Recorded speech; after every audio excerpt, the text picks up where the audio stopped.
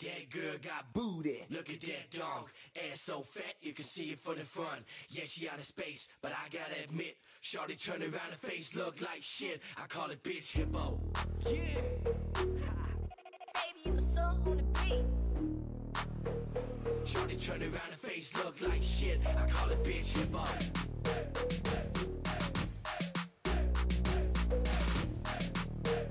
Shorty turn around her face look like shit. I call it bitch hippo.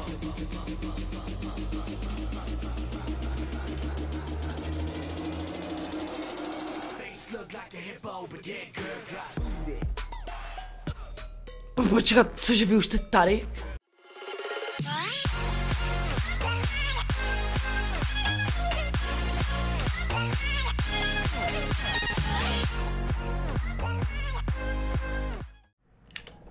Takže čau, já tě vítám u mého nového videjka a dneska budeme rozebírat trendy na YouTube. Takže za začátku bych vám chtěl říct, že trendy na YouTube jsou o to, aby podporovali lidi s kvalitní tvorbou nebo něčího zábavný. Za prvé, píšu textem písní prank. Tento typ pranku už je celkem ohraný, ale jediný, kdo ho asi na české scéně dělá kvalitní a celkem zábavný pro mě je Tomse01. Nedělá ty videa moc clickbait a prostě podle názvu tak to obsahuje i to jeho video, což se mi na něm strašně moc líbí, že tam nedává kozy, tak to jo a takovýhle, že to prostě dělá to, co v tom videu je a nedělá moc clickbaity. Za druhé, I am Stone Challenge. Tento typ videí už je taky na YouTube celkem hodně, no a jediný, který ho to sleduju, anebo mě to baví a má to tak nejvíc zábavný, je asi Vendali. Za třetí, Simpsonovi. Simpsonovi ovládají polovinu trendů na YouTube, co si myslím, že není až tak fajn stránka, když se to může zhlídnout i na nějakých jiných stránkách, které od toho jsou určený a ne YouTube. Za čtvrté,